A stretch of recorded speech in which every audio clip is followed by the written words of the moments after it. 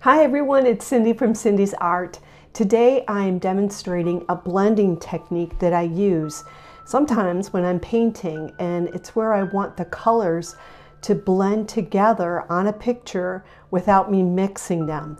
And in this case, I'm using a lantern picture that I worked on in the winter for this example, and I wanted to use the color sap green, which you're seeing inside of that picture right now.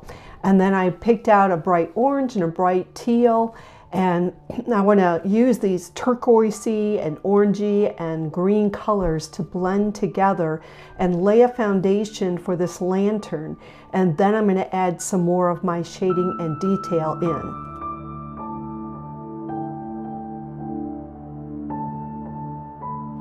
The first thing that I did when we started this off was I wet down this section that I'm working on. So I'm working wet on wet. And then I laid in some of my greens, and then I used some dark colors to sketch out that wheel type of top, that crown of the light. And then I want to let that dry, so I moved down towards the bottom, and I wanted to add in some of the orange and let that orange start to blend in. So because this is wet and it's moving, the paint is moving where the water is, I'm just dabbing that color in, and then I'm going to let it run through and mix on the paper. Now, right now you're seeing me sketch a straight line. The reason why I can sketch a straight line and it doesn't disappear is because the paper is drying. So as the paper dries, I can add some more detail in before it's completely dry and I lose this ability for me to add in some soft details. If I want a harsh detail, I can add that later, and I'll work dry on dry.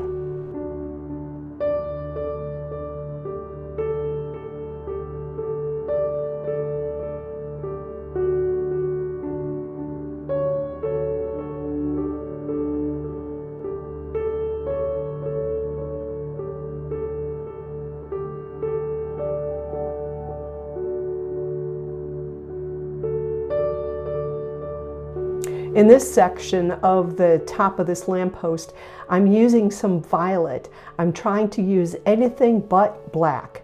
And the reason why is because I want to add some vibrant colors in here. I want it to draw the people's eyes. I want it to be interesting to their eyes. So one of the ways I could do that is using a variety of colors. So as this is progressing, I'm going to add in a tiny bit of the dark details, which helps tell me where my darks and my lights are, and then how am I going to decide where the brightest colors are, which is actually the light bulbs in this picture. And as I work with this picture, as I get further away from the light bulbs, I need the colors to not necessarily be super bright. I need them to be duller, but I still want my color mixing. So that's what I'm playing with, and I want to show you today.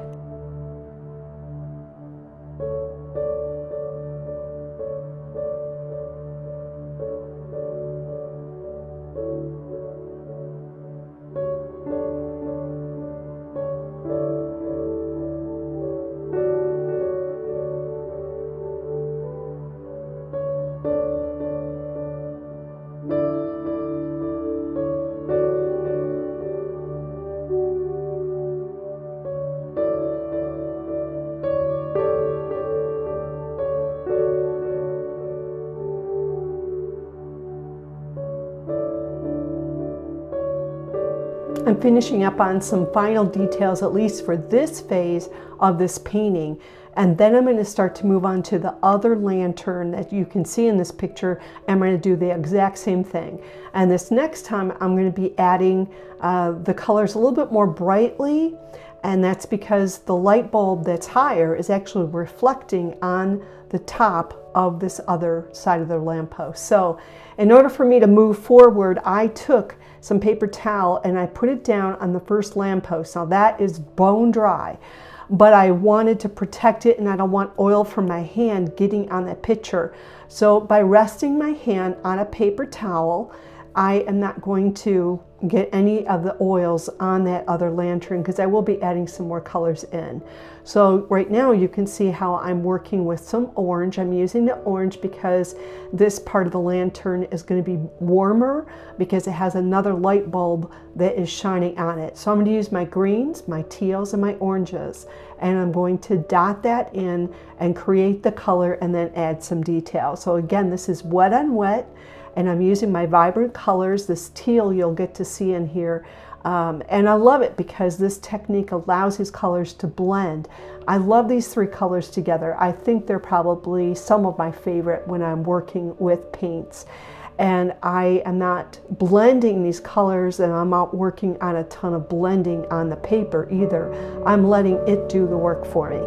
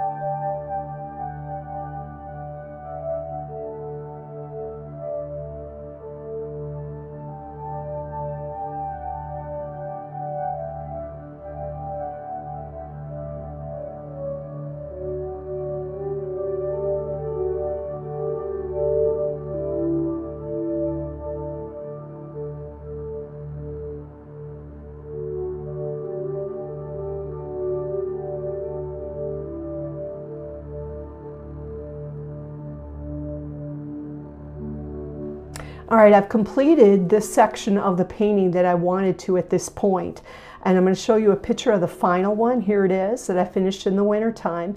And that's it for today. So I hope that you enjoyed this. I hope you try some new techniques of blending your watercolor paints on your pictures, and we'll see you next time.